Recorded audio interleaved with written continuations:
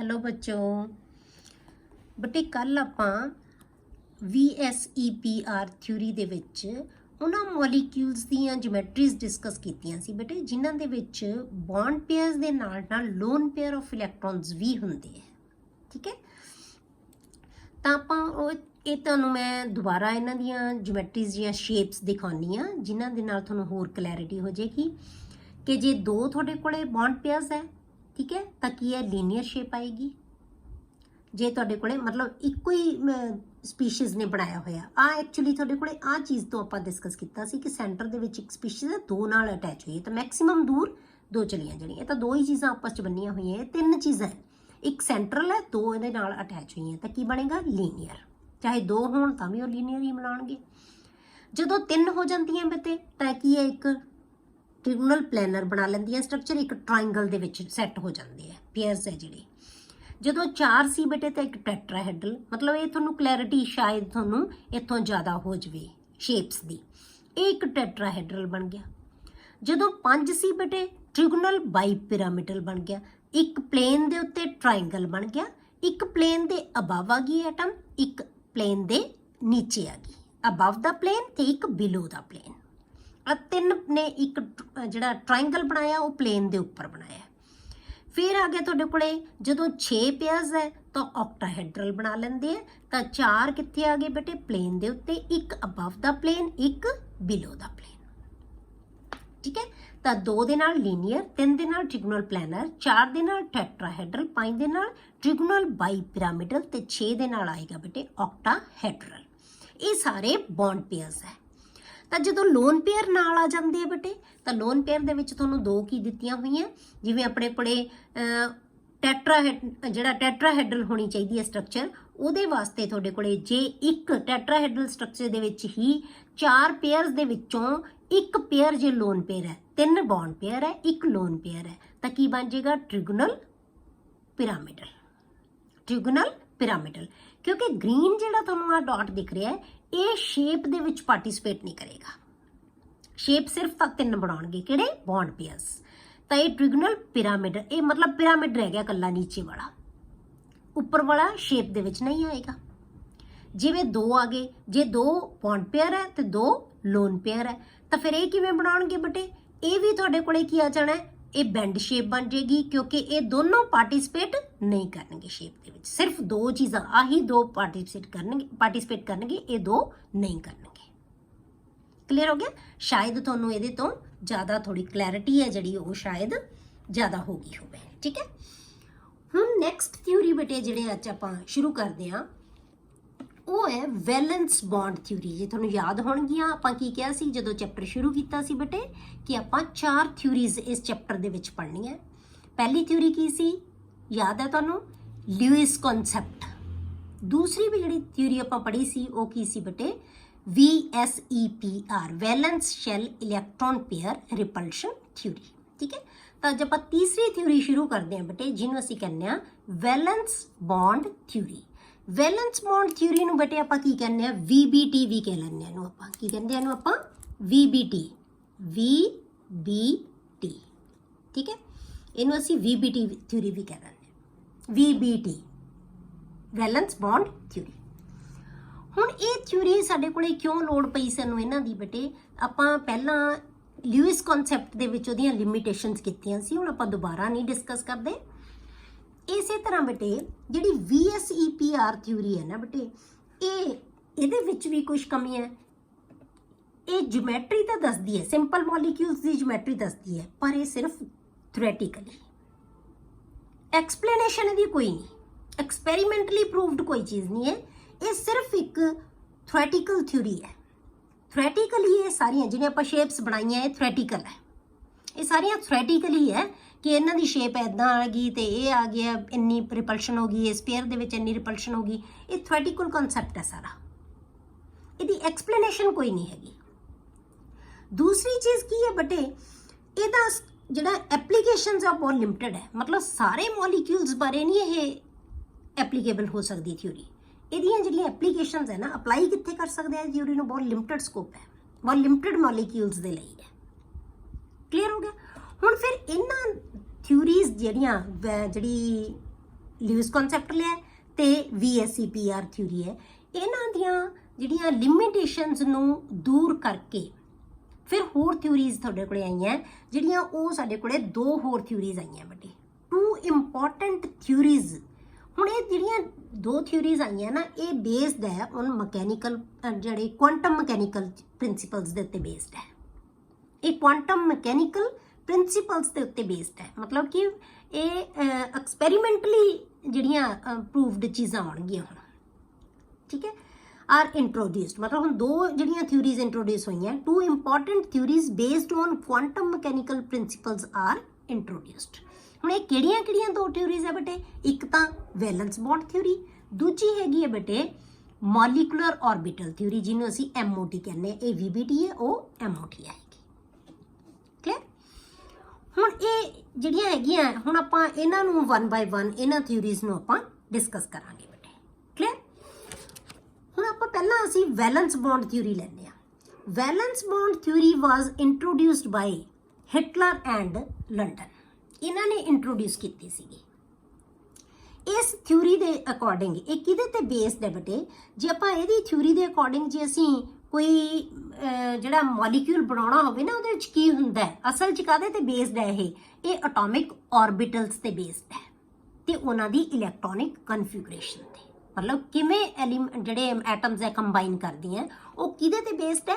ਉਹਨਾਂ ਦੀ ਅਟੋਮਿਕ ਆਰਬਿਟਲਸ ਤੇ ਉਹਨਾਂ ਦੀਆਂ ਇਲੈਕਟ੍ਰੋਨਿਕ ਕਨਫਿਗਰੇਸ਼ਨ, ਦੋਨਾਂ ਚੀਜ਼ਾਂ ਦੇ ਉੱਤੇ ਬੇਸਡ ਹੈ। This theory is based on the concept of atomic orbitals and electronic configurations of elements. ਕਿ ਇਹ ਹੁਣ ਜੇ ਤੁਹਾਨੂੰ ਇਹ ਚੀਜ਼ਾਂ ਜੇ ਕਨਫਿਗਰੇਸ਼ਨ ਹੁੰਦੀ ਹੋਏਗੀ ਨਾ ਬੇਟੇ ਤੁਹਾਨੂੰ ਐਲੀਮੈਂਟਸ ਦੀ, ਮੈਂ ਤੁਹਾਨੂੰ ਬਾਰ-ਬਾਰ ਤਾਂ ਹੀ ਕਹਿੰਦੀ ਆ ਕਿ ਕਨਫਿਗਰੇਸ਼ਨ ਤੁਹਾਨੂੰ ਬਹੁਤ ਜ਼ਰੂਰੀ ਹੈ ਬੇਟੇ ਆਉਣੀ। ਜੇ ਕਨਫਿਗਰੇਸ਼ਨ ਆਉਂਦੀ ਹੈ ਤਾਂ ਹੀ ਤੁਸੀਂ ਇਹ ਥਿਊਰੀ ਨੂੰ ਸਮਝ ਸਕੋਗੇ। ਮਤਲਬ ਇਹਦਾ ਬੇਸ ਹੀ ਕਨਫਿਗਰੇਸ਼ਨ ਹੈ। ਕਨਫਿਗਰੇਸ਼ਨ ਜਿਹੜੀ ਹੈ ਆਉਂਦੀ ਹੋਏਗੀ ਤਾਂ ਹੀ ਤੁਸੀਂ ਇਸ ਥਿਊਰੀ ਨੂੰ ਸਮਝ ਸਕੋਗੇ। ਕਿਉਂਕਿ ਸਾਨੂੰ ਅਟੋਮਿਕ ਆਰਬਿਟਲ ਚਾਹੀਦੇ ਹੈ ਤਾਂ ਸਾਨੂੰ ਪਤਾ ਹੋਣਾ ਚਾਹੀਦਾ ਕਿਹੜੇ ਆਰਬਿਟਲ 'ਚ ਕਿੰਨੇ ਇਲੈਕਟ੍ਰੋਨ ਹੈ, ਆਰਬਿਟਲ ਚਾਹੀਦੇ ਹੈ, ਉਹਦੀ ਇਲੈਕਟ੍ਰੋਨਿਕ ਕਨਫਿਗਰੇਸ਼ਨ ਚਾਹੀਦੀ ਹੈ। ਇਹਨਾਂ ਦੇ ਉੱਤੇ ਬੇਸਡ ਹੀ ਇਹ ਥਿਊਰੀ ਹੈ, ਠੀਕ ਹੈ, ਜਿਹੜੀ VBT ਹੈ, ਵੈਲੈਂਸ ਬੌਂਡ ਥਿਊਰੀ ਜਿਹਨੂੰ ਅਸੀਂ ਕਹਿੰਦੇ ਹਾਂ। ਕਲੀਅਰ ਹੋ ਗਿਆ? ਹੁਣ ਸਭ ਤੋਂ ਪਹਿਲਾਂ ਬੇਟੇ ਇਸ ਥਿਊਰੀ ਦੇ ਵਿੱਚ ਆਪਾਂ ਡਿਸਕਸ ਕਰਦੇ ਹਾਂ ਹਾਈਡਰੋਜਨ ਮੋਲੀਕਿਊਲ ਨੂੰ। ਆਪਾਂ ਐਕਸਪਲੇਨ ਕਿਵੇਂ ਕਰਦੇ ਆ ਇਸ ਥਿਊਰੀ ਨੂੰ, ਇਹਦੇ ਵਾਸਤੇ ਆਪਾਂ ਮਤਲਬ ਐਗਜ਼ਾਮਪਲ ਲੈ ਕੇ ਹੀ ਇਹਦੀ ਆਪਾਂ ਥਿਊਰੀ ਨੂੰ ਐਕਸਪਲੇਨ ਕਰਦੇ ਆ ਕਿ ਕੀ ਥਿਊਰੀ ਕਹਿੰਦੀ ਹੈ ਇਹ। Let us explain the formation of hydrogen molecule on the basis of this theory. ਇਸ ਥਿਊਰੀ ਦੇ ਬੇਸ ਤੇ ਜੇ ਆਪਾਂ ਹਾਈਡਰੋਜਨ ਮੋਲੀਕਿਊਲ ਬਣਾਈਏ ਉਹ ਕਿਵੇਂ ਬਣਦਾ ਹੈ? ਆਪਾਂ ਬੇਟੇ ਜਿਹੜੀਆਂ ਹਾਈਡਰੋਜਨ ਦੀਆਂ 2 ਐਟਮਸ ਕੰਸੀਡਰ ਕਰ ਲਈਆਂ, ਜਿਹੜੀਆਂ ਨੇ ਮਿਲ ਕੇ ਹਾਈਡਰੋਜਨ ਦਾ ਮੋਲੀਕਿਊਲ ਬਣਾਉਣਾ। ਸਾਨੂੰ ਪਤਾ ਕਿ H2 ਬਣਦਾ ਹੈ ਤਾਂ 2 ਐਟਮਸ ਸਾਨੂੰ ਚਾਹੀਦੀਆਂ। ਇੱਕ ਨੂੰ ਅਸੀਂ HA ਕਹਤਾ, ਦੂਸਰੇ ਨੂੰ ਅਸੀਂ HB ਕਹਤਾ, ਠੀਕ ਹੈ। Consider 2 hydrogen atoms HA and HB ਅਪਰੋਚਿੰਗ each other. ਉਹ ਇੱਕ ਦੂਜੇ ਨੂੰ ਅਪਰੋਚ ਕਰ ਰਹੀਆਂ, HA ਤੇ HB ਦੋਨੋਂ ਐਟਮਸ ਇੱਕ ਦੂਜੇ ਨੂੰ ਅਪਰੋਚ ਕਰ ਰਹੀਆਂ। ਹੁਣ EA and EB are their respective electrons. ਮਤਲਬ HA ਦਾ ਜਿਹੜਾ ਇਲੈਕਟ੍ਰੋਨ ਹੈ ਉਹਨੂੰ ਅਸੀਂ EA ਕਹਤਾ, HB ਦਾ ਜਿਹੜਾ ਇਲੈਕਟ੍ਰੋਨ ਹੈ ਉਹ ਕੀ ਹੈ? EB ਹੈ। ਇਸੇ ਤਰ੍ਹਾਂ ਅਸੀਂ ਨਿਊਕਲੀਅਸ ਵੀ ਕਹਿ ਸਕਦੇ ਹਾਂ। HA ਦੇ ਨਿਊਕਲੀਅਸ ਨੂੰ ਅਸੀਂ NA ਕਹਿ ਦਾਂਗੇ ਤੇ HB ਦੇ ਨਿਊਕਲੀਅਸ ਨੂੰ ਅਸੀਂ NB ਕਹਿ ਦਾਂਗੇ। ਕਲੀਅਰ ਹੋ ਗਿਆ? ਇਹ ਤਾਂ ਅੰਡਰਸਟੂਡ ਹੈ ਕਿ ਇਲੈਕਟ੍ਰੋਨ ਜਿਹੜੀ ਐਟਮ ਦਾ ਉਹਨੂੰ ਅਸੀਂ ਉਹਦੇ ਨਾਲ ਹੀ ਰਿਪਲ, ਜੇ ਅਸੀਂ A ਐਟਮ ਮੰਨ ਲਿਆ ਨਾ ਤਾਂ ਉਹਦਾ ਇਲੈਕਟ੍ਰੋਨ ਵੀ A ਹੋਏਗਾ, ਉਹਦਾ ਨਿਊਕਲੀਅਸ ਵੀ A ਹੋਏਗਾ। ਜੇ B ਐਟਮ ਹੈ ਤਾਂ ਉਹਦਾ ਨਿਊਕਲੀਅਸ ਵੀ B ਹੋਏਗਾ, ਇਲੈਕਟ੍ਰੋਨ ਵੀ B ਹੋਏਗਾ। ਕਲੀਅਰ? ਹੁਣ ਜੇ ਬੇਟੇ ਜਦੋਂ 2 ਐਟਮਸ ਅਪਰੋਚ ਕਰਦੀਆਂ ਇੱਕ ਦੂਜੇ ਨੂੰ, ਇਹ ਧਿਆਨ ਕਰਨਾ ਹੈ ਕਿ ਜਦੋਂ ਇਹ ਐਟਮਸ ਦੂਰ ਹੈ ਨਾ, ਇੱਕ ਦੂਜੇ ਨੂੰ ਅਪਰੋਚ ਨਹੀਂ ਕਰ ਸਕ ਰਹੀਆਂ, ਉਦੋਂ ਉਹਨਾਂ ਦੇ ਵਿੱਚ ਕੋਈ ਵੀ ਤਰ੍ਹਾਂ ਦੀ ਇੰਟਰੈਕਸ਼ਨ ਨਹੀਂ ਹੁੰਦੀ ਜਦੋਂ ਉਹ ਦੂਰ ਹੈ, ਠੀਕ ਹੈ। ਨਾ ਕੋਈ ਰਿਪਲਸ਼ਨ, ਨਾ ਕੋਈ ਅਟਰੈਕਸ਼ਨ, ਮਤਲਬ ਕਿਸੇ ਵੀ ਤਰ੍ਹਾਂ ਦੀ ਇੰਟਰੈਕਸ਼ਨ ਉਹਨਾਂ ਦੇ ਵਿੱਚ ਨਹੀਂ ਹੁੰਦੀ। ਪਰ ਜਦੋਂ ਨੇੜੇ ਆਉਂਦੀਆਂ ਐਟਮਸ, ਉਹ when 2 atoms approach each other, ਜਦੋਂ ਇੱਕ ਦੂਜੇ ਨੂੰ ਅਪਰੋਚ ਕਰਦੀਆਂ ਐਟਮਸ, ਇਹ new attractive and repulsive forces begin to operate. ਤਾਂ ਨਵੇਂ ਤਰ੍ਹਾਂ ਦੀਆਂ ਅਟਰੈਕਟਿਵ ਤੇ ਰਿਪਲਸਿਵ ਫੋਰਸਿਸ ਆ ਜਾਂਦੀਆਂ ਉਹਦੇ ਵਿੱਚ। ਨਵੇਂ ਤਰ੍ਹਾਂ ਦੀਆਂ ਅਟਰੈਕਟਿਵ ਫੋਰਸਿਸ ਵੀ ਆ ਜਾਣਗੀਆਂ ਤੇ ਨਵੇਂ ਤਰ੍ਹਾਂ ਦੀਆਂ ਰਿਪਲਸਿਵ ਫੋਰਸਿਸ ਵੀ ਆ ਜਾਣਗੀਆਂ। ਹੁਣ ਪੁਰਾਣੇ ਤਰ੍ਹਾਂ ਦੀਆਂ ਰਿਪਲਸਿਵ ਫੋਰਸਿਸ ਤਾਂ ਹੋਣੀਆਂ ਹੀ ਨਹੀਂ, ਉਹਨਾਂ ਦੇ ਵਿੱਚ ਹੋ ਵੀ ਸਕਦੀਆਂ। ਕਿਹੜੀਆਂ ਹੋ ਸਕਦੀਆਂ? ਉਹ ਇਕੱਲੇ ਇੱਕ ਮੋਲੀਕਿਊਲ ਦੀਆਂ ਲਵਾਂਗੇ ਆਪਾਂ।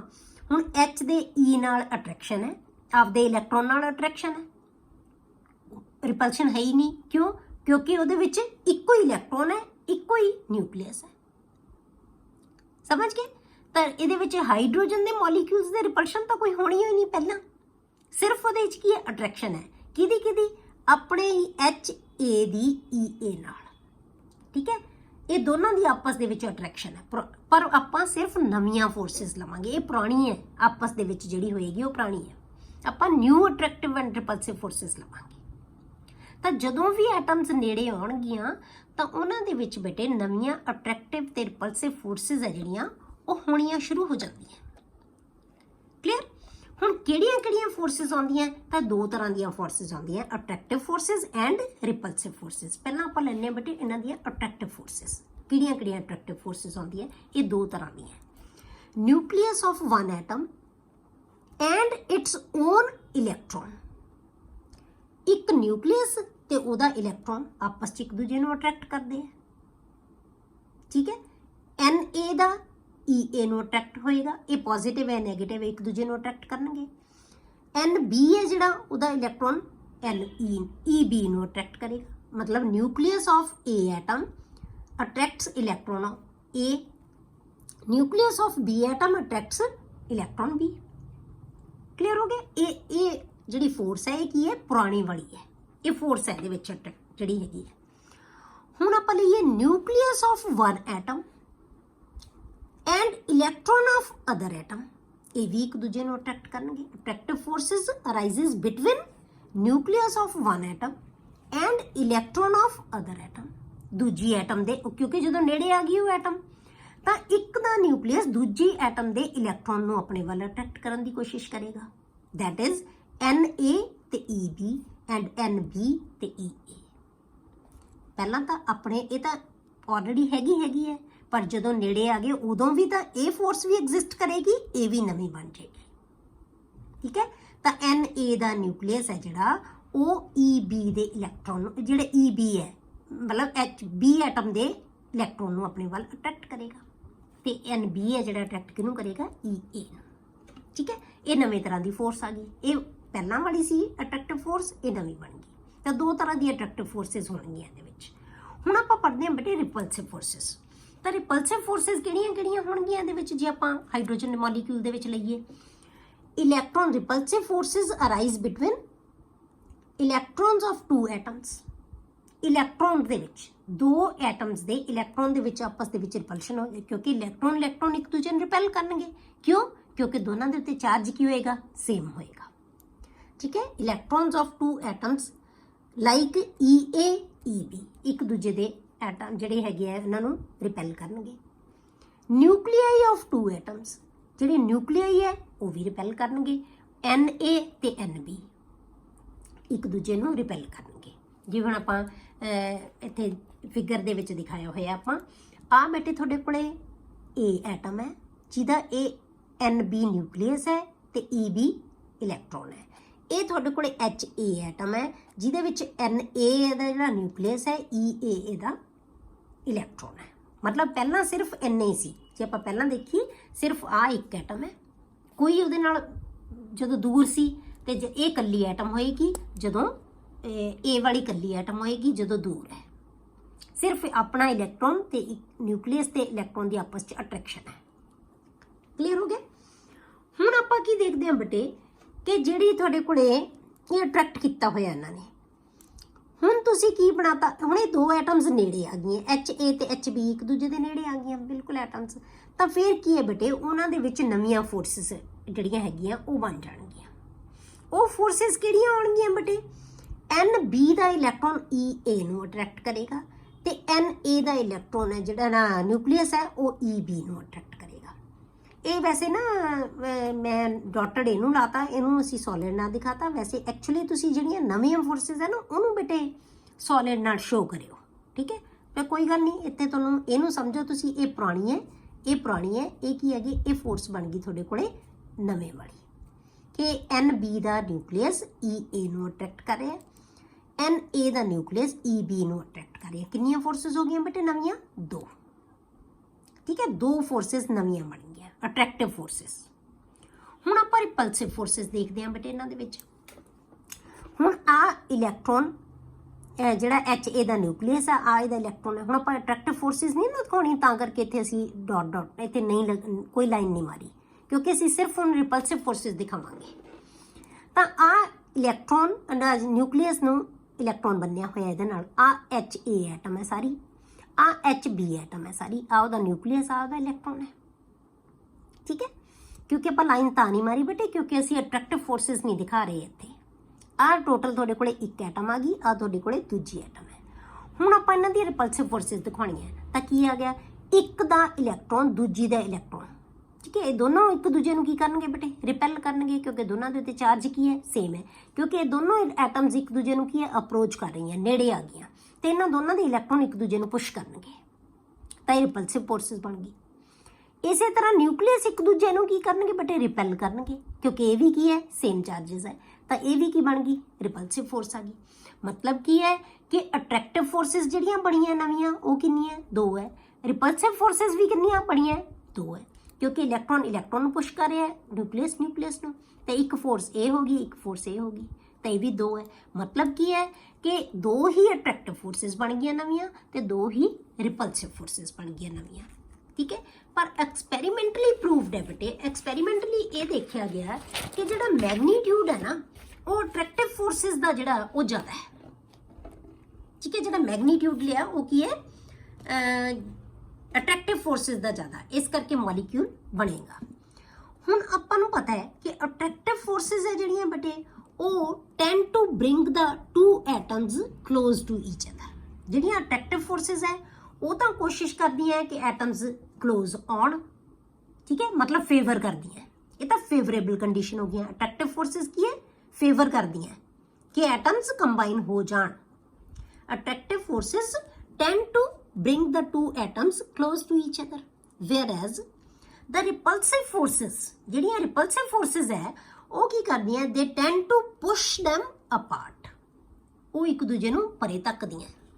ਠੀਕ ਹੈ, ਆਪਾਂ ਇਹੀ ਦਿਖਾਇਆ ਸੀ ਨਾ ਕਿ ਜਿਹੜੇ ਨਿਊਕਲੀਅਸ ਨੂੰ ਧੱਕ ਰਿਹਾ, ਇਲੈਕਟ੍ਰੋਨ ਨੂੰ ਧੱਕ ਰਿਹਾ, ਮਤਲਬ ਕਿ ਇਹ ਅਪੋਜ਼ਿੰਗ ਫੈਕਟਰ ਹੋ ਗਿਆ। ਇਹ ਫੈਕਟ ਜਿਹੜੀ ਰਿਪਲਸਿਵ ਫੋਰਸਿਸ ਹੈ ਉਹ ਅਪੋਜ਼ ਕਰ ਰਹੀਆਂ ਕਿ ਮੋਲੀਕਿਊਲ ਕਲੋਜ਼ ਨਾ ਆਉਣ। ਠੀਕ ਹੈ, ਤਾਂ ਅਟਰੈਕਟਿਵ ਫੋਰਸਿਸ ਫੇਵਰ ਕਰ ਰਹੀਆਂ ਮੋਲੀਕਿਊਲ ਬਣਨ ਦੇ ਵਾਸਤੇ, ਪਰ ਰਿਪਲਸਿਵ ਫੋਰਸਿਸ ਉਹਨੂੰ ਅਪੋਜ਼ ਕਰ ਰਹੀਆਂ ਕਿ ਮੋਲੀਕਿਊਲ ਨਾ ਬਣੇ, ਐਟਮਸ ਕਲੋਜ਼ ਨਾ ਆਉਣ। ਤਾਂ 2 ਫੈਕਟਰ ਹੋ ਗਏ ਤੁਹਾਡੇ ਕੋਲੇ, ਇੱਕ ਫੇਵਰੇਬਲ ਹੈ, ਇੱਕ ਅਪੋਜ਼ਿੰਗ ਫੈਕਟਰ ਹੋ ਗਿਆ ਬੇਟੇ। ਠੀਕ ਹੈ, ਹੁਣ ਐਕਸਪੈਰੀਮੈਂਟਲੀ ਜਿਹੜਾ ਦੇਖਿਆ ਗਿਆ ਬੇਟੇ, ਉਹ ਇਟ ਹੈਜ਼ ਬਿਨ found that the magnitude of attractive forces is more than the new repulsive forces। ਜਿਹੜਾ ਇੱਥੇ ਤੁਸੀਂ magnitude of new attractive forces ਕਹਿ ਸਕਦੇ ਹੋ, ਇੱਥੇ ਵੀ ਤੁਸੀਂ ਲਿਖ ਲਓ ਨਿਊ ਅਟਰੈਕਟਿਵ ਫੋਰਸਿਸ। ਠੀਕ ਹੈ, experimentally it has been found that the magnitude of new attractive forces is more, ਕਿਉਂਕਿ ਹੈ ਨਵੀਆਂ ਫੋਰਸਿਸ ਵੀ 2 ਹੈ, ਤੇ ਅਟਰੈਕਟਿਵ ਫੋਰਸਿਸ ਵੀ 2 ਹੈ, ਤੇ ਰਿਪਲਸਿਵ ਫੋਰਸਿਸ ਵੀ 2 ਹੈ, ਪਰ ਜਿਹੜਾ ਮੈਗਨੀਟਿਊਡ ਹੈ ਨਾ ਅਟਰੈਕਟਿਵ ਫੋਰਸਿਸ ਦਾ ਉਹ ਜ਼ਿਆਦਾ ਹੈ ਐਜ਼ ਕੰਪੇਅਰ ਟੂ ਰਿਪਲਸਿਵ ਫੋਰਸਿਸ। ਇਹ ਐਕਸਪੈਰੀਮੈਂਟਲੀ ਦੇਖਿਆ ਗਿਆ। ਕਲੀਅਰ ਹੋ ਗਿਆ? ਸੋ the 2 atoms approach each other, ਤੇ ਜਿਹਦਾ ਮੈਗਨੀਟਿਊਡ ਜ਼ਿਆਦਾ ਹੈ ਉਹ ਫੇਵਰੇਬਲ ਕੰਡੀਸ਼ਨ ਹੈ, ਉਹ ਕਿਹੜਾ ਅਟਰੈਕਟਿਵ ਫੋਰਸਿਸ ਹੈ। ਤਾਂ ਇਹ ਕਿਹਨੂੰ ਫੇਵਰ ਕਰਦੀਆਂ ਬੇਟੇ, ਕਿ ਮੋਲੀਕਿਊਲ ਬਣੇ, ਇਸ ਕਰਕੇ ਮੋਲੀਕਿਊਲ ਬਣ ਜਾਂਦਾ ਹੈ। ਐਟਮਸ ਹੈ ਜਿਹੜੀਆਂ ਕਲੋਜ਼ ਆਉਂਦੀਆਂ, ਤੇ 2 atoms approach each other and the potential energy decreases, ਕਿ ਜਦੋਂ ਵੀ ਮੋਲੀਕਿਊਲ ਕਦੋਂ ਬਣੇਗਾ ਬੇਟੇ, ਜੇ ਉਹਨਾਂ ਦੀ એનર્ਜੀ ਹੈ ਜਿਹੜੀ ਉਹ ਡਿਕਰੀਜ਼ ਹੋ ਰਹੀ ਹੈ। ਤਾਂ ਜਦੋਂ ਵੀ ਐਟਮਸ ਕਲੋਜ਼ ਆਉਣਗੀਆਂ ਤਾਂ ਉਹਨਾਂ ਦੀ એનર્ਜੀ ਹੈ ਜਿਹੜੀ ਉਹ ਕੀ ਹੋ ਜਾਂਦੀ ਹੈ, ਡਿਕਰੀਜ਼ ਹੋ ਜਾਂਦੀ ਹੈ, ਕਿਉਂਕਿ ਕੋਈ ਵੀ ਚੀਜ਼ ਸਟੇਬਲ ਉਦੋਂ ਹੁੰਦੀ ਹੈ ਜਦੋਂ ਉਹਦੀ એનર્ਜੀ ਘੱਟ ਹੁੰਦੀ ਹੈ। ਜਦੋਂ ਜ਼ਿਆਦਾ એનર્ਜੀ ਹੁੰਦੀ ਹੈ ਉਹਦੇ ਕੋਲੇ, ਉਹ ਸਟੇਬਲ ਨਹੀਂ ਹੋ ਸਕਦੀ। ਕਲੀਅਰ? ਤਾਂ ਹੁਣ H ਐਟਮ ਤੇ H atom, 2 H atoms combine ਹੋਈਆਂ, ਨੇੜੇ ਆਈਆਂ, ਤਾਂ ਕੀ ਬਣਾ ਲਿਆ, H2। ਤਾਂ ਉਦੋਂ 433 ਕਿਲੋ ਜੂਲਸ ਪਰ ਮੋਲ એનર્ਜੀ, ਮਤਲਬ 1 ਮੋਲ ਜਦੋਂ ਹਾਈਡਰੋਜਨ ਬਣਿਆ ਤਾਂ ਉਦੋਂ ਤੁਹਾਡੇ ਕੋਲੇ 433 ਕਿਲੋ ਜੂਲਸ એનર્ਜੀ ਹੈ ਜਿਹੜੀ ਉਹ ਰਿਲੀਜ਼ ਹੋਈ ਹੈ ਬੇਟੇ। ਇਹਦਾ ਮਤਲਬ, ਇਹਦੇ ਨਾਲ ਪਲੱਸ ਲਿਖਣ ਦਾ ਮਤਲਬ ਕੀ ਹੈ, ਪ੍ਰੋਡਕਟ ਦੇ ਨਾਲ એનર્ਜੀ ਵੀ ਬਣ ਰਹੀ ਹੈ। ਪ੍ਰੋਡਕਟ ਵਾਲੇ ਪਾਸੇ ਪਲੱਸ ਲਿਖਿਆ ਨਾ ਆਪਾਂ એનર્ਜੀ ਨੂੰ। ਜੇ ਆਪਾਂ ਇਹਨੂੰ ਡੈਲਟਾ H ਦੀ ਫਾਰਮ 'ਚ ਲਿਖਾਂਗੇ ਬੇਟੇ, ਫਿਰ ਅਸੀਂ ਉਹਨੂੰ ਨੈਗੇਟਿਵ ਪਾਵਾਂਗੇ। ਜੇ ਅਸੀਂ ਪ੍ਰੋਡਕਟ ਦੇ ਨਾਲ ਐਡ ਕਰ ਦਈਏ, ਪ੍ਰੋਡਕਟ ਦੇ ਵਿੱਚ ਲਿਖੀਏ, ਤਾਂ ਅਸੀਂ ਪਲੱਸ ਲਿਖਾਂਗੇ। ਇਹਦਾ ਮਤਲਬ ਕੀ ਹੈ, ਇਹ ਪਲੱਸ ਹੋ ਰਹੀ ਹੈ એનર્ਜੀ, ਇਹਦਾ ਮਤਲਬ ਪ੍ਰੋਡਕਟ ਹੈ ਇਹ ਬਣ ਰਹੀ ਹੈ એનર્ਜੀ। ਠੀਕ ਹੈ, ਤਾਂ ਇਹਦਾ ਮਤਲਬ એનર્ਜੀ ਰਿਲੀਜ਼ ਹੋ ਰਹੀ ਹੈ। मतलब कि मॉलिक्यूल भी बन रहे हैं तो एनर्जी भी बन रही है, एनर्जी भी प्रोड्यूस हो रही है। तो इन्नी एनर्जी रिलीज़ हुई है। ਜਦੋਂ એનર્ਜੀ ਘਟ ਰਹੀ ਹੈ ਕਿਸੇ ਚੀਜ਼ ਦੀ, ਇਹਦਾ ਮਤਲਬ ਉਹਦੀ ਸਟੇਬਿਲਿਟੀ ਵੱਧ ਰਹੀ ਹੈ। ਇਹਦਾ ਮਤਲਬ ਹਾਈਡਰੋਜਨ ਐਟਮਸ ਦੇ ਕੰਪੈरेटिवली ਇਹਦਾ ਜਿਹੜਾ ਮੋਲੀਕਿਊਲ ਹੈ ਨਾ ਉਹ ਜ਼ਿਆਦਾ ਸਟੇਬਲ ਹੈ ਬੇਟੇ। ਐਟਮਸ ਦੇ ਕੰਪੈरेटिवली ਮੋਲੀਕਿਊਲ ਇਜ਼ ਮੋਰ ਸਟੇਬਲ। ਕਿਉਂ? ਕਿਉਂਕਿ ਇਹਦੀ એનર્ਜੀ ਡਿਕਰੀਜ਼ ਹੋ ਰਹੀ ਹੈ। ਜਿੰਨੀ એનર્ਜੀ ਕਿਸੇ ਚੀਜ਼ ਦੀ ਡਿਕਰੀਜ਼ ਹੋਏਗੀ ਇਹਦਾ ਮਤਲਬ ਉਹਦੀ ਸਟੇਬਿਲਿਟੀ ਵਧੇਗੀ। ਕਲੀਅਰ? ਹੁਣ ਆਪਾਂ ਜਿਹੜੀ એનર્ਜੀ ਰਿਲੀਜ਼ ਹੋਈ ਹੈ इस रिलीज्ड एनर्जी ਨੂੰ ਅਸੀਂ ਕੀ ਕਹਿੰਦੇ ਆ ਬੇਟੇ? Bond enthalpy. ਇਹ ਕੀ ਹੈ? Bond enthalpy. ਜਿਹੜੀ એનર્ਜੀ ਆ ਜਿਹੜੀ 433 किलो जूल्स पर मोल ਬਣੀ ਹੈ, ਇਹ ਕੀ ਹੈ? बॉन्ड एंथैल्पी ਹੈ। ਹੁਣ 1 मोल H2 ਬਣਨ ਵਾਸਤੇ ਇੰਨੀ એનર્ਜੀ ਰਿਲੀਜ਼ ਹੋਈ ਹੈ। ਜੇ ਅਸੀਂ ਬੇਟੇ 1 मोल H ਬੌਂਡ ਨੂੰ ਤੋੜਨਾ ਹੋਵੇ ਹੁਣ ਤਾਂ ਇਹੀ એનર્ਜੀ ਇਹਨੂੰ ਦੇਣੀ ਪਏਗੀ ਤੋੜਨ ਵਾਸਤੇ। ਇੰਨੀ એનર્ਜੀ ਹੀ ਚਾਹੀਦੀ ਹੋਏਗੀ ਇਹਨੂੰ। ਤਾਂ ਇਸ ਕਰਕੇ ਅਸੀਂ ਇਸ એનર્ਜੀ ਨੂੰ ਬੌਂਡ ਡਿਸੋਸੀਏਸ਼ਨ ਐਂਥੈਲਪੀ ਵੀ ਕਹਿ ਦਿੰਦੇ ਹਾਂ। ਕਿਉਂਕਿ 1 ਮੋਲ ਬੌਂਡ ਨੂੰ ਬ੍ਰੇਕ ਕਰਨ ਲਈ ਜਿੰਨੀ એનર્ਜੀ ਰਿਕੁਆਇਰਡ ਹੁੰਦੀ ਹੈ ਉਹਨੂੰ ਕੀ ਕਹਿੰਦੇ ਹਾਂ ਅਸੀਂ? ਬੌਂਡ ਡਿਸੋਸੀਏਸ਼ਨ ਐਂਥੈਲਪੀ। ਤੋੜਨ ਦੀ ਐਂਥੈਲਪੀ। ਜਿੰਨੀ એનર્ਜੀ ਰਿਲੀਜ਼ ਹੋਏਗੀ ਉਨੀ ਹੀ એનર્ਜੀ ਇਹਨੂੰ ਦੇਣੀ ਪਏਗੀ ਜੇ ਅਸੀਂ ਤੋੜ ਕੇ ਵਾਪਸ ਇਹਨੂੰ ਐਟਮਸ ਦੇ ਵਿੱਚ ਕਨਵਰਟ ਕਰਨਾ ਹੈ। ਕਲੀਅਰ? ਹੁਣ ਜੇ ਆਪਾਂ ਬੇਟੇ ਗ੍ਰਾਫਿਕਲੀ ਇਹਨੂੰ ਦਿਖਾਈਏ એનર્ਜੀ ਨੂੰ, इधर आप ले ली एनर्जी, इस पासे आप ले लिया इंटरन्यूक्लीयर डिस्टेंस। ठीक है, इनू आप मान लिया कि इतने एनर्जी 0 है, मतलब आ एनर्जी ऊपर नूं जा रही है, वध रही है मतलब एनर्जी। ठीक है, ये एनर्जी है। हुण इत्थे एनर्जी है जिहड़ी वो 0 है। 0 तो थल्ले की है बेटे? नैगेटिव है। ये अंडरस्टूड है। 0 तो घट होएगी तो नैगेटिव होएगी, 0 तो उपर होगी एनर्जी तो की है? पॉजिटिव हो जाएगी। ये नैगेटिव एनर्जी है, इधर उत्ते पॉजिटिव एनर्जी है। ठीक है, ਜਦੋਂ ਐਟਮਸ ਬਹੁਤ ਦੂਰ ਹੈ ਬੇਟੇ ਉਹਨਾਂ ਕੋਲ ਕੋਈ ਅਟਰੈਕਸ਼ਨ ਨਹੀਂ ਹੈ, ਆਪਣੀ ਆਪਣੀ એનર્ਜੀ ਹੈ ਬੇਟੇ। ਉੱਥੇ ਆਪਾਂ ਮੰਨ ਲਓ ਕਿ ਇਹਨਾਂ ਦੀ એનર્ਜੀ 0 ਹੈ। ਆਪਾਂ 0 ਨਹੀਂ ਨਾ, ਆਪਾਂ ਥੋੜੀ ਜਿਹੀ ਦਿਖਾਈ ਹੋਈ ਹੈ ਕਿ એનર્ਜੀ ਇੰਨੀ ਹੈਗੀ ਹੈ। ਕਲੀਅਰ?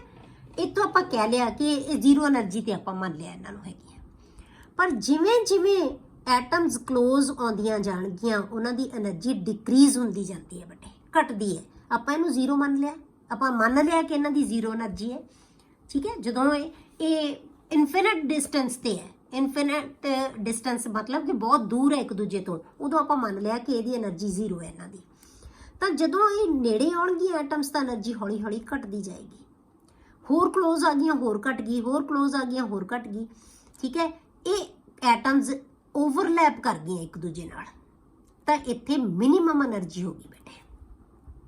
ਮਤਲਬ ਇੰਨੀ ਕਲੋਜ਼ ਆ ਗਈਆਂ, ਜਦੋਂ ਇਹ ਇੰਨੀ ਕਲੋਜ਼ ਆ ਜਾਣਗੀਆਂ ਨਾ ਤਾਂ ਉਦੋਂ ਮਿਨੀਮਮ એનર્ਜੀ ਹੋਗੀ। ਪਰ ਜੇ ਇਹ ਇਸ ਤੋਂ ਕਲੋਜ਼ ਹੋਣ ਦੀ ਕੋਸ਼ਿਸ਼ ਕਰਨੀ ਹੈ, ਮਤਲਬ ਜੇ ਆਪਾਂ ਇੱਧਰ ਨੂੰ ਜਾਵਾਂਗੇ, ਇੱਧਰ ਨੂੰ ਕੀ ਹੈ ਬੇਟੇ? ਇੰਟਰ ਨਿਊਕਲੀਅਰ ਡਿਸਟੈਂਸ ਘਟ ਰਿਹਾ, ਇੱਧਰ ਨੂੰ ਵੱਧ ਰਿਹਾ ਨਾ, ਇੱਧਰ ਨੂੰ ਵੱਧਦਾ। ਤੇ ਇੱਥੇ ਜੇ ਘੱਟ ਡਿਸਟੈਂਸ ਹੋਏਗਾ ਤਾਂ ਫਿਰ ਕੀ ਹੈ? ਜਦੋਂ ਇਸ ਤੋਂ ਕਲੋਜ਼ ਆਉਣਗੇ ਫਿਰ ਉਹਨਾਂ ਦੀ એનર્ਜੀ ਇੱਕਦਮ ਵੱਧ ਜਾਏਗੀ। ਮਤਲਬ ਕੀ ਹੈ? ਹੋਰ ਕਲੋਜ਼ ਨਹੀਂ ਆ ਸਕਦੀਆਂ। ਇਹ ਮੈਕਸਿਮਮ ਜਿਹੜਾ ਹੈਗਾ ਡਿਸਟੈਂਸ ਇਹਨਾਂ ਦੇ ਵਿੱਚ, ਜਾਂ ਜਿਹੜਾ ਡਿਸਟੈਂਸ ਰਹੇਗਾ ਹੀ ਰਹੇਗਾ। ਇਸ ਤੋਂ ਘੱਟ ਡਿਸਟੈਂਸ ਇਹਨਾਂ ਦੇ ਵਿੱਚ ਨਹੀਂ ਹੋ ਸਕਦਾ। ਇਸ ਤੋਂ ਘੱਟ ਡਿਸਟੈਂਸ ਨਹੀਂ ਹੋ ਸਕਦਾ। ਇਸ ਡਿਸਟੈਂਸ ਨੂੰ ਬੇਟੇ ਹੁਣ ਜਿਹੜਾ ਇਹਨਾਂ ਦੇ ਵਿਚਕਾਰ ਡਿਸਟੈਂਸ ਹੈ, ਇਹਨਾਂ ਦੇ ਨਿਊਕਲੀਅਸ ਦੇ ਵਿਚਕਾਰ, ਜਿਵੇਂ ਆਪਾਂ ਇਹਨੂੰ ਨਿਊਕਲੀਅਸ ਮੰਨ ਲਿਆ, ਠੀਕ ਹੈ, ਬਾਹਰ ਇਲੈਕਟ੍ਰੋਨ ਹੈ।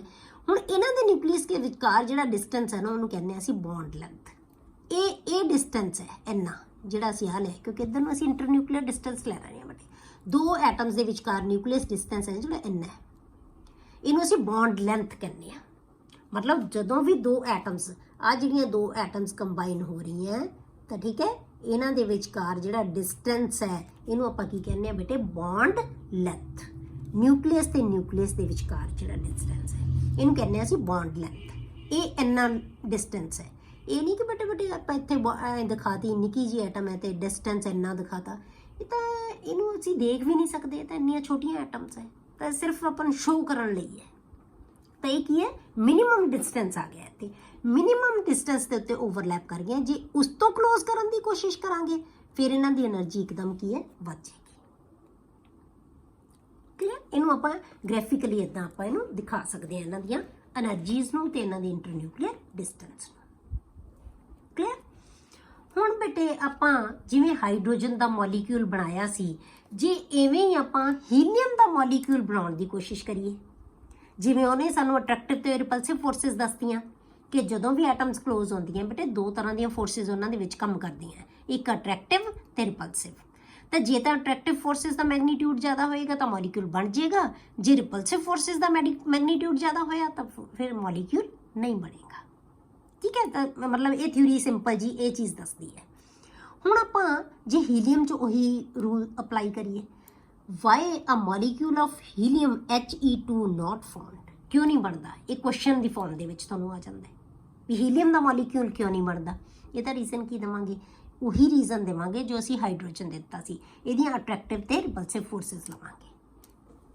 ਹੁਣ ਆਪਾਂ ਪਹਿਲਾਂ He ਇੱਕ ਐਟਮ ਲੈ ਲਈ ਹੀਲੀਅਮ ਦੀ, ਇਹਨੂੰ ਭੁੱਲ ਜਾਓ ਕਿ ਇਹ ਹੈਗੀ ਹੈ। He ਲੈ ਲਿਆ ਕਿਉਂਕਿ He ਦੇ ਮੋਲੀਕਿਊਲ ਇਲੈਕਟ੍ਰੋਨ ਕਿੰਨੇ ਹੁੰਦੇ ਬੇਟੇ? 2। ਨੰਬਰ He ਦਾ ਕਿੰਨਾ ਹੁੰਦਾ? 2 ਹੁੰਦਾ, -2 ਇਹਦੀ ਕਨਫੀਗਰੇਸ਼ਨ ਹੁੰਦੀ ਹੈ। ਜੇ ਆਪਾਂ He ਲਿਖੀਏ He ਇਹਦਾ ਨੰਬਰ 2 ਹੁੰਦਾ ਤਾਂ 1s2, ਇਹਦੇ ਕੋਲੇ 2 ਇਲੈਕਟ੍ਰੋਨ ਹੁੰਦੇ ਆ। ਹਾਈਡਰੋਜਨ ਕੋਲੇ 1 ਇਲੈਕਟ੍ਰੋਨ ਸੀ ਨਾ, ਇਹਦੇ ਕੋਲੇ 2 ਇਲੈਕਟ੍ਰੋਨ ਹੁੰਦੇ ਆ। ਤਾਂ ਇਹਦੇ 2 ਇਲੈਕਟ੍ਰੋਨ ਹੈ, ਇਹ Ea ਹੈ, ਇਹ Eb ਹੈ, ਤੇ ਇਹਦੀ ਆਪਸ ਦੇ ਵਿੱਚ ਫੋਰਸ ਆਫ ਅਟਰੈਕਸ਼ਨ ਹੈਗੀ ਹੈ। ਇਹ ਆਪਾਂ ਡਾਟ ਲਿਖਾਈਏ ਜਿਹੜੀ ਕਿ ਆਲਰੇਡੀ ਹੈਗੀ ਹੈ ਇਹਨਾਂ ਦੀ ਆਪਸ ਤੇ। ਇਸੇ ਤਰ੍ਹਾਂ ਹੁਣ ਇਹਨੂੰ ਭੁੱਲ ਜਾਓ, Eb Heb ਲੈ ਲਓ, ਇਹ Eb ਆ ਗਿਆ, ਇਹ ਵੀ Eb ਆ ਗਿਆ ਕਿਉਂਕਿ ਇਹਦੇ ਕੋਲੇ 2 ਇਲੈਕਟ੍ਰੋਨ ਆਪਦੇ, ਇਹਨਾਂ ਦੀ ਵੀ ਆਪਸ ਦੇ ਵਿੱਚ ਫੋਰਸ ਆਫ ਅਟਰੈਕਸ਼ਨ ਹੈਗੀ ਹੈ। ਇਹ ਪੁਰਾਣੀਆਂ ਹੈ, ਠੀਕ ਹੈ। ਹੁਣ ਆਪਾਂ ਨਵੀਆਂ ਫੋਰਸਿਸ ਦੇਖਦੇ ਹਾਂ। ਇਹ ਉਦੋਂ ਸੀ ਜਦੋਂ ਇਹ ਦੂਰ ਸੀ ਮੋਲੀਕਿਊਲ, ਇਹ ਕੱਲੀ ਐਟਮਸ ਜਦੋਂ ਦੂਰ ਸੀ।